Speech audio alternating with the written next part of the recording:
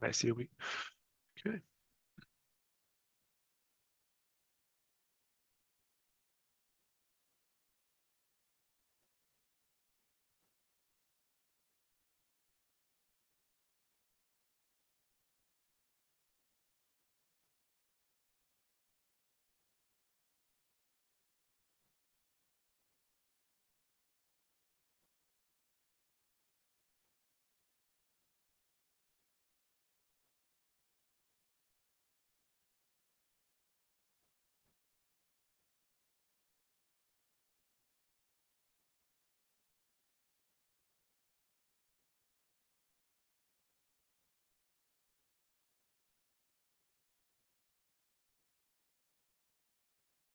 Well, hello and welcome, everyone.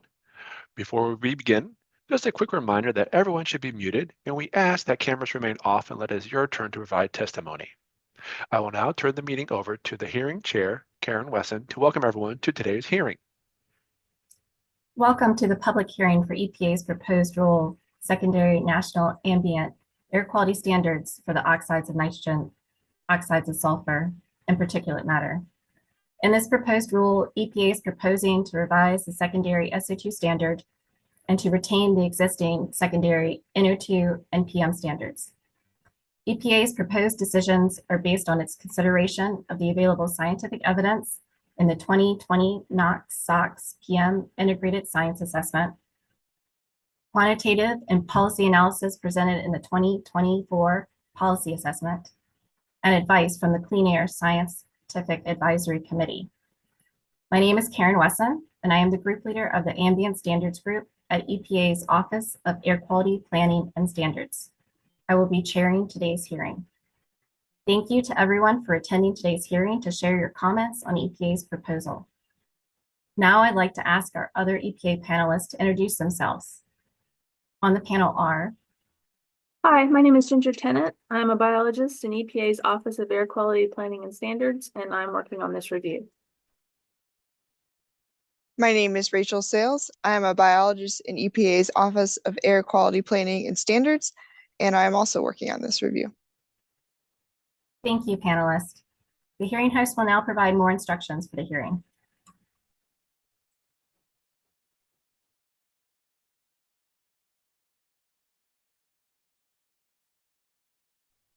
During today's hearing, we will take comment on EPA's proposed rule for the secondary national ambient air quality standards for oxides of nitrogen, oxides of sulfur, and particulate matter. Before we begin hearing from you, we have a few ground rules and housekeeping items to review to help make today's hearing run smoothly. We are joined today by a court reporter who will produce a written transcript of today's hearing. We will add the transcript to the public docket for this rulemaking and will carefully consider your comments as we develop a final rule.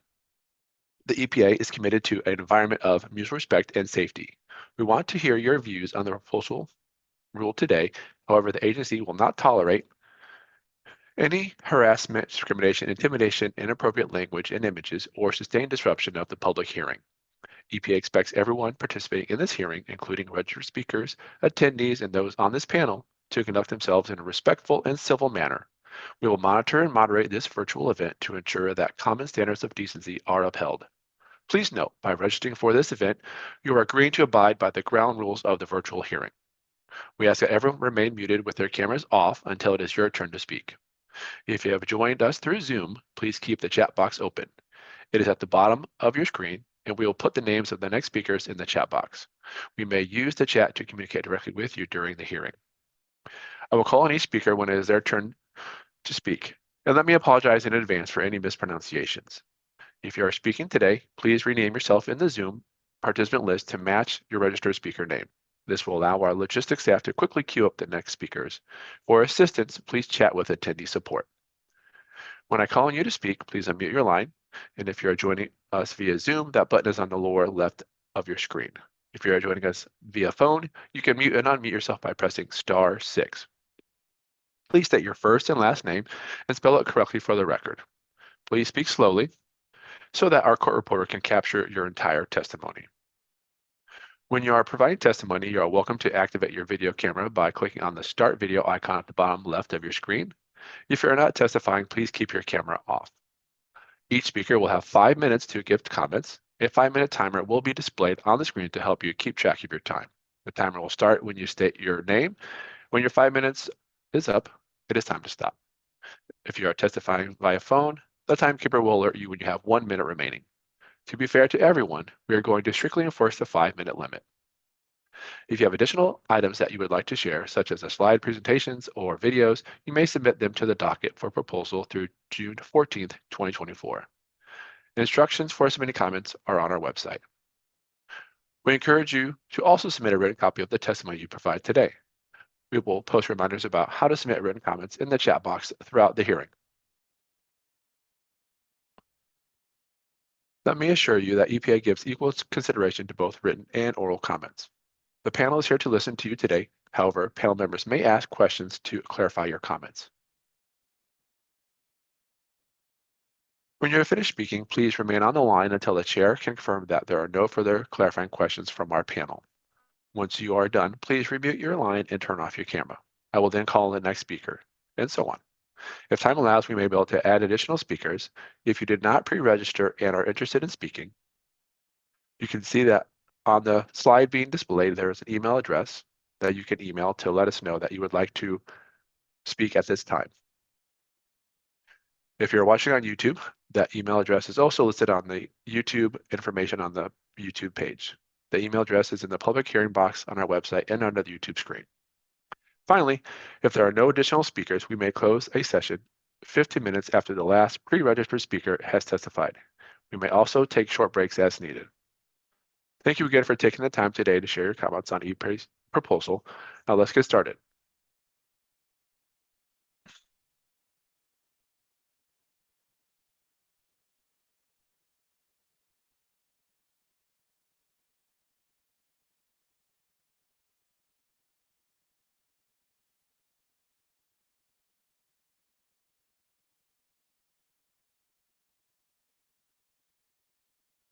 Our first speakers will be Jeremy Nichols, Georgia Murray, and Daniel Orozco. Mr. Nichols, if you are ready, please go ahead and unmute yourself and start providing your testimony. Great. Thank you. Good morning, everybody. My name is Jeremy Nichols. I'm a senior advocate with the Center for Biological Diversity. My name is spelled JEREMYNICHOLS.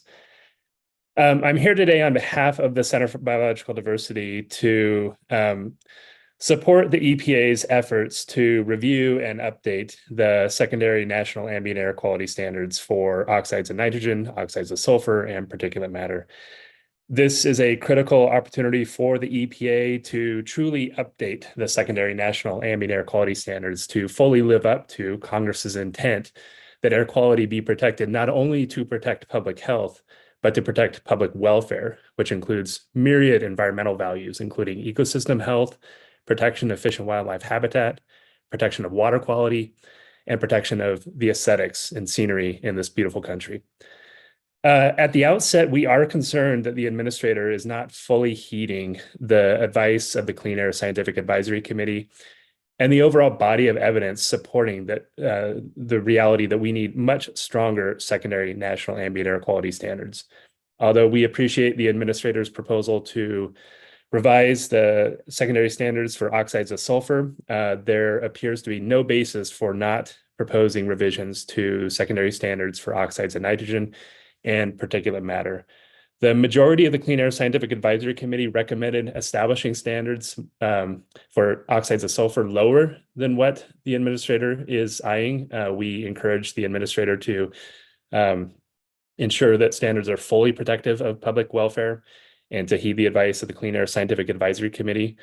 We urge the administrator to adopt a secondary standard for oxides of nitrogen at a level of 10 parts per billion, an annual standard of 10 parts per billion, which is what was recommended by the majority of the Clean Air Scientific Advisory Committee. And we urge the administrator to adopt an annual PM 2.5 standard of between or at 6 micrograms per cubic meter as recommended by a majority of the Clean Air Scientific Advisory Committee. We also want to flag a concern that we actually raised in writing on the integrated science assessment that the EPA is duty bound to consult pursuant to Section 7 of the Endangered Species Act to ensure that these standards are, in fact, truly protective of public welfare. And in the case of the Endangered Species Act, protective of threatened and endangered species and their designated critical habitats. We provided a number of studies and a number of points of information to support the need for the EPA to fully consult under the Endangered Species Act. Yet it appears in the draft proposal now and in the docket that there is no indication that the EPA has consulted and has sought out the advice and insight of the U.S. Fish and Wildlife Service and NOAA fisheries to ensure that species of plants, animals, and fish that are listed under the Endangered Species Act and their critical habitats are fully protected. We also want to flag a concern related to ammonia emissions. Ammonia is flagged as a key contributor to nitrogen deposition, yet ammonia emissions are not effectively unregulated under the Clean Air Act and effectively unregulated at state levels. This is an opportunity for the EPA to ensure that we start to establish some degree of regulation of ammonia emissions by strengthening the secondary ambient air quality standard for oxides of nitrogen. The EPA can help to open the door to ensure that ammonia emissions are more effectively both inventoried and reported and also controlled to address nitrogen deposition issues. It is disturbing to see that although some nitrogen deposition trends have gone downward, that because of increases in ammonia emissions, that deposition rates may be increasing or may be on the rise in certain areas. For certain ecosystems, such as high elevation ecosystems in the Western United States, the effects of nitrogen deposition could be irreversible. And we're talking about treasured landscapes such as Rocky Mountain National Park and other mountain areas that are truly vital to the health and sustainability of people and communities. So we encourage the EPA to recognize that and to adopt a stronger oxides of nitrogen secondary ambient air quality standard accordingly. So we support the EPA's review. We appreciate the EPA finally following through with this mandated review under the Clean Air Act. But unfortunately, it does seem like the administrator is falling short. We urge the administrator to heed the science and to do the right thing here. This is a critical opportunity to assure that ambient air quality standards are aligned not only with protecting public health, but with protecting our environment. Thank you for the opportunity to provide this testimony this morning. We look forward to further engagement in this process. Thank you for your testimony. Do my fellow panelists have any questions? No. I don't have a question either. Thank you very much for your testimony. Thank you.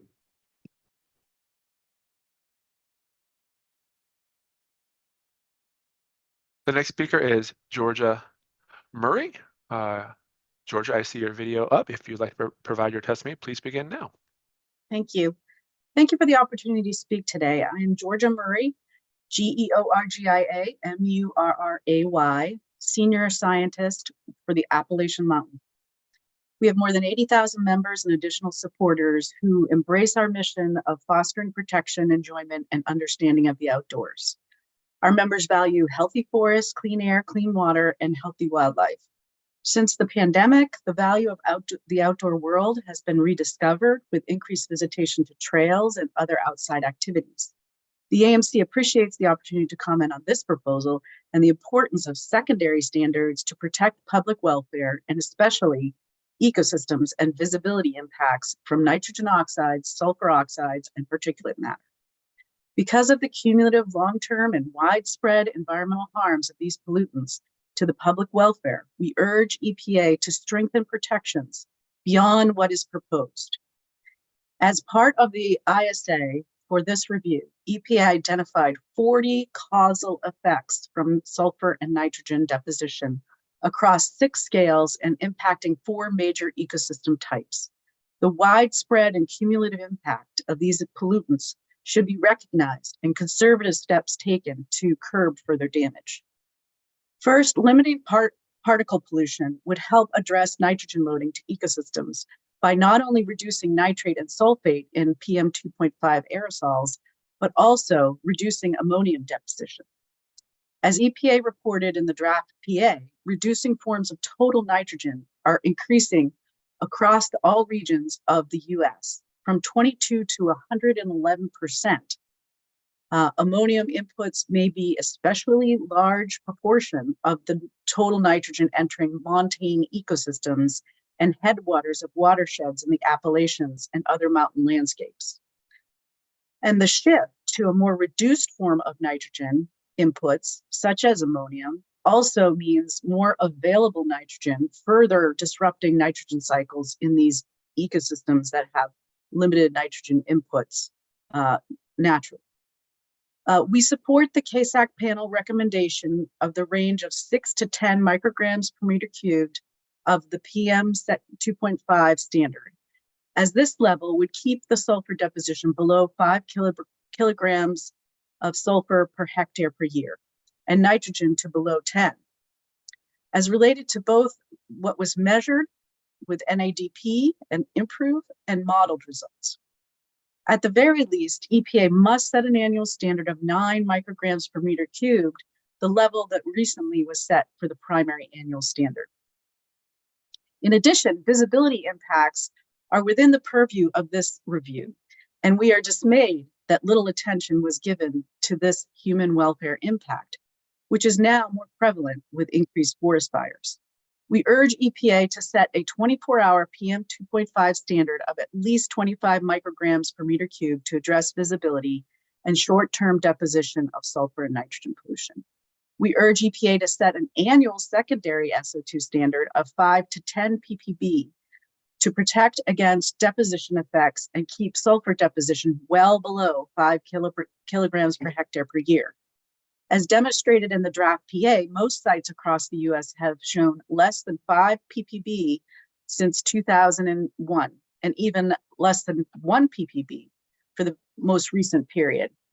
In addition, EPA should retain the current secondary standard for SO2 of 0.5 ppm over a 3-hour period to avoid short-term pulses of sulfur pollution, which could also help keep the annual average lower. Reduced nitrogen oxides, an annual secondary NO2 standard of less than 10, the low end of the range recommended by KSAC, needs to be set to protect against deposition effects. Nitrogen deposition impacts to ecosystems results in a nitrogen cascade that impacts include eutrophication, loss of biodiversity, changes in growth and productivity, and often for invasive species.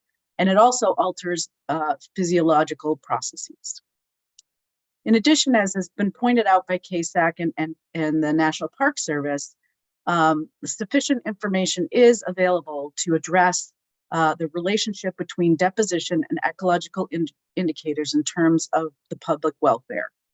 The scientific literature on critical loads, ecosystem services are already existing, and practices at the National Park Service should be taken into account. We look forward to submitting written comments to provide more detail on our concerns and further analysis of the proposed rule. Thank you. Thank you for your testimony today. Do my panelists have any questions? Thank you. I don't have an additional question either, so I can move on. Thank you. Thank you. Thank you very much. The next speaker will be Daniel Orozco. Daniel, I see your video up. Please feel free to begin your testimony when ready. Sure, thank you. Good morning. Thank you for the opportunity to speak in this meeting. My name is Daniel Orozco, DANIEL-OROZCO. I am the Senior Clean Air and Climate Manager at the National Parks Conservation Association, NPCA. NPCA is a nationwide organization with over 1.3 million members and supporters who care deeply about the health and well-being of America's national parks. Our parks and natural ecosystems are long overdue for the special consideration they deserve under the Clean Air Act through secondary standards. So we greatly appreciate the opportunity now to support EPA in this particular rulemaking. It is crucial to ensure that public welfare, including nature, ecosystem, and viewsheds, is adequately protected through the establishment of distinct, unique, and appropriate secondary standards. While we appreciate EPA's interest in proposing revised SO2 secondary standards, we are frustrated by the lack of full consideration given to the recommendation from the CASAC members and the scientific evidence around the harm to ecosystem caused by sulfur oxides, nitrogen oxides, and fine particulate matter. The National Park Service defines parks in good conditions when the wet sulfur and nitrogen deposition levels are below 1 kilogram per hectare per year.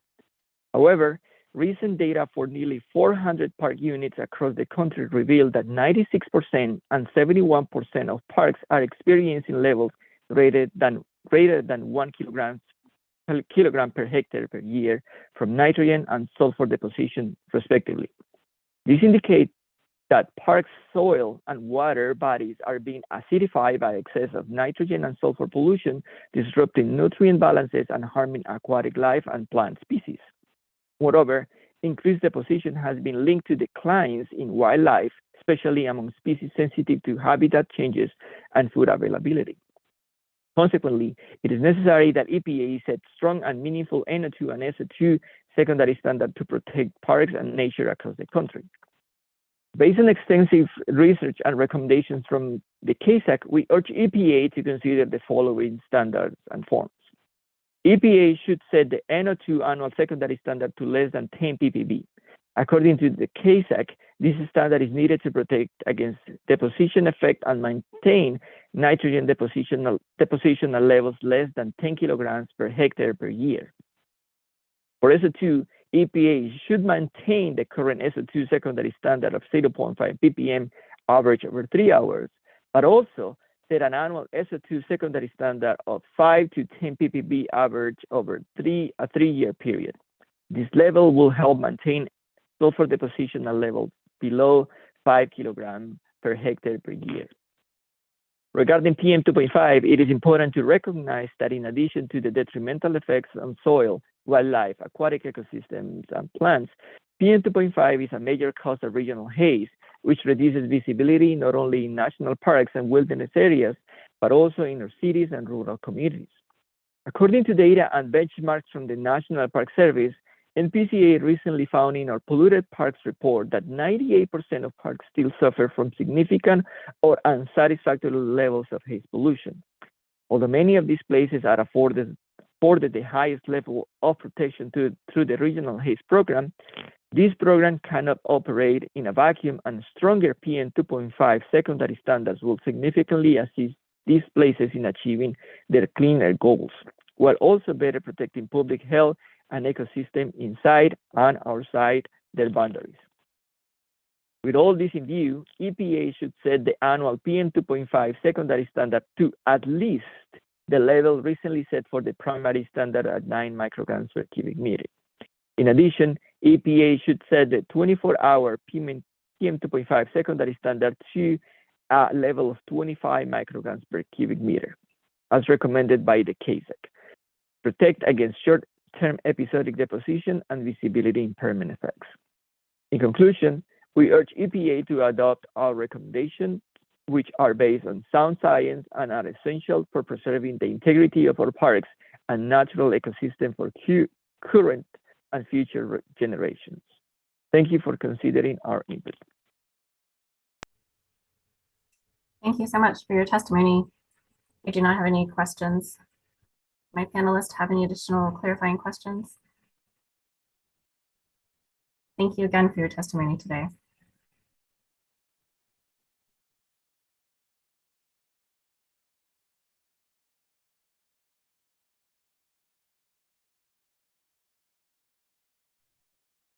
Thank you all very much. Karen Wesson has been chairing this hearing session. We would like to thank everyone who has shared comments on EPA's proposed action. If you have questions about today's hearing or are interested in registering to speak, please send a direct message to attendee support in the chat box. If you're joining us via phone, you can raise your hand by pressing *9, and our logistics team will reach out to you to let you know when you can speak. If you're watching the hearing on YouTube and you're interested in speaking, please email our registration support team. And that email address is under the video screen on the YouTube website in the description area. At this time, there are no more pre-registered speakers. For the next 15 minutes, the panel will remain here but off camera while we wait for potential speakers. We will wait at this time to take a break until 11:40 a.m. Eastern, and we'll return at that time if we have more speakers to continue this hearing.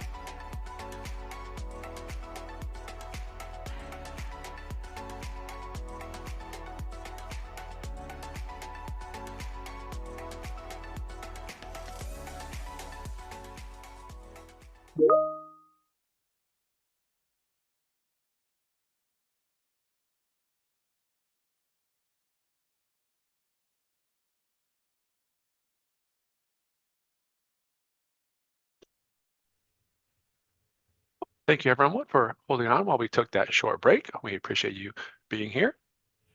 We have not received any additional registrants to provide testimony today. So at this time, this will conclude today's hearing. I will hand things over to the hearing chair to now adjourn the hearing. Thank you so much. My name is Karen Wesson. I'm the group leader of the Ambient Standards Group at the EPA's Office of Air Quality Planning and Standards, and I am chairing today's hearing. We have no additional speakers, so we will close the hearing. I want to thank my fellow panelists, everyone who offered testimony today, and everyone who took time out of their schedules to listen to today's hearing on EPA's proposed rule for the secondary national ambient air quality standards for oxides of nitrogen, oxides of sulfur, and particulate matter. As a reminder, you can submit written comments on this proposal through June 14th, 2024. The hearing is now adjourned. Thank you.